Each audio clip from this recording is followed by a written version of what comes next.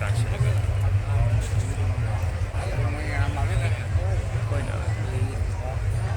के आदिवासियों के सबसे बड़े संगठन आदिवासी एकता परिषद के 30वें सांस्कृतिक एकता महासम्मेलन के अवसर पर आज मकर संक्रांति के दिन, जिस दिन पूरे दुनिया के आदिवासियों के देवता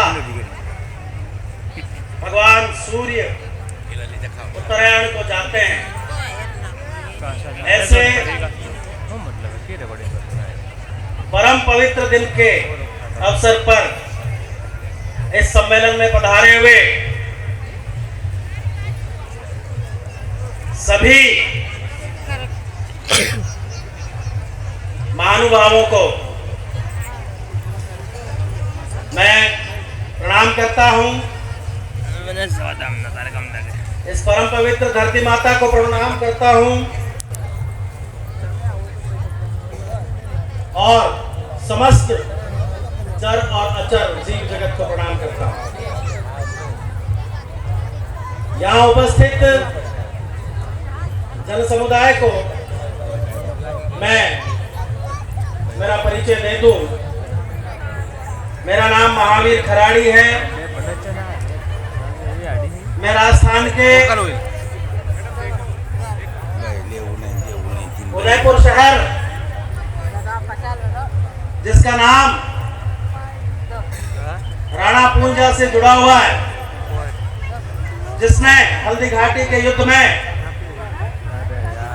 महाराणा प्रताप की जान बचाई थी, ऐसे हीरो की धरती से आता हूं।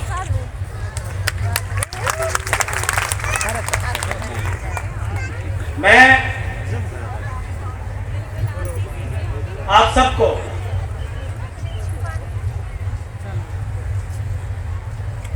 ये बता देना चाहता हूं कि आदिवासी एकता परिषद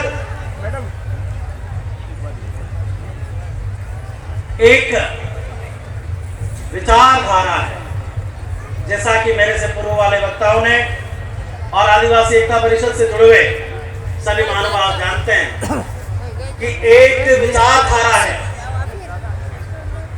एक प्रवाह है जो हमारे वरिष्ठों ने शुरू किया और हम जैसे जूनियर्स उनके साथ जुड़ते चले गए।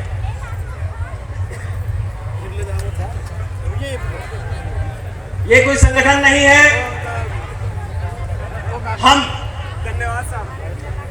प्रकृति और संस्कृति की बात करते हैं। सांस्कृतिक संरक्षण और संस्कृति का संवर्धन, यही हमारा मूल उद्देश्य है। और अगर इस पवित्र कार्य से कोई पीछे हटता है या कन्नी काटता है, तो मैं समझता हूं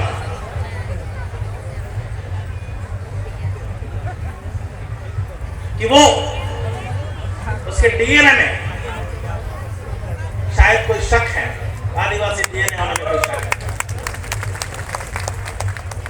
मैं एक छोटा अफसर हूं। बहुत सारे सरकारी कर्मचारी और अफसर डरते हैं कि किसी सामाजिक संगठन से जुड़ने में,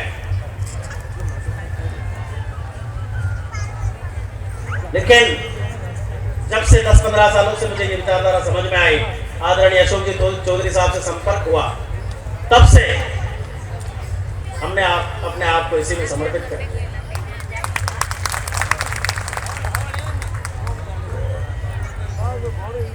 एक वाकया स्मरण होता है,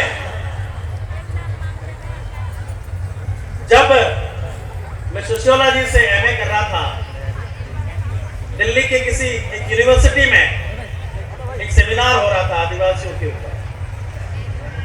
हमें भी हमारी यूनिवर्सिटी से हमारे गुरुजी ने भेज दिया।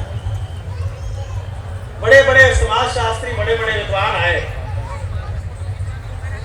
चर्चाएं हो रही थी आदिवासियों के पिछड़ेपन,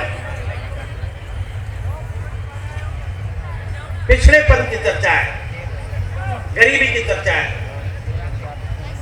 यहाँ तक कह दो कि मूर्खता की चर्चा है। एक विद्वान बोले, वैसे मैं बांसवाड़ा जिले से बिलोंग करता हूं, राजस्थान के,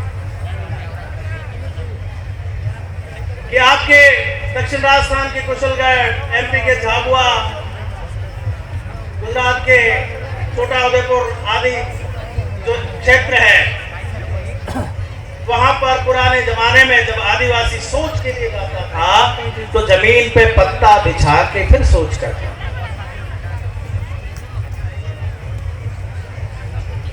मैं सुनता रहा, थोड़ी देर तक हमने सुना उसको, लेकिन एक आदिवासी का खून ज्यादा टाइम तक ठंडा नहीं रह सकता। मैंने उससे सवाल किया कि महोदय, आप ये बताइए कि आपकी ब्रिटेन की महारानी सोच के बाद किस चीज से पहुंचती है, ये बताओ। वो भी तो टॉयलेट पेपर इस्तेमाल करती है, वो भी तो टिश्यू पेपर इस्तेमाल करती है। वो किससे बनता है? इन्हीं पत्तों से तो बनता है।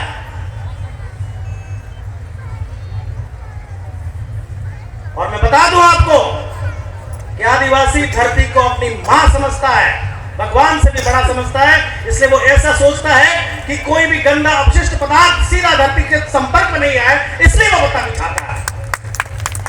मैं जानता नहीं था, लेकिन मेरी अंदर की समझ ने इसको ये जवाब दिया।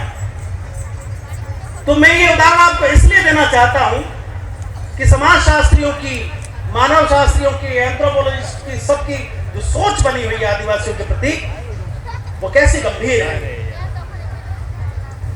जबकि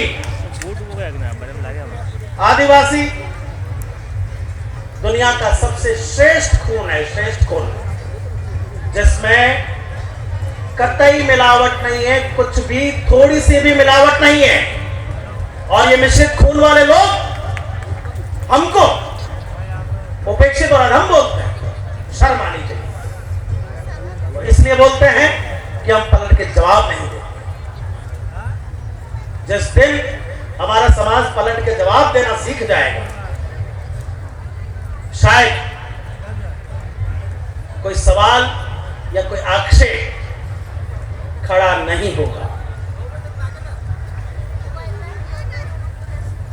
ये पेंटिंग देखी होगी आपने, उसमें बहुमतवाद लिखा है, आदिवासी को लिखा है। इसका सीधा सा मतलब ये बाजारवाद, पूंजीवाद। आपको पता है कि दुनिया में जितने भी ब्रांड्स हैं, चाहे वो गाड़ियों के ले लो, चाहे वो कपड़ों के ले लो, चाहे वो जूतों के ले लो,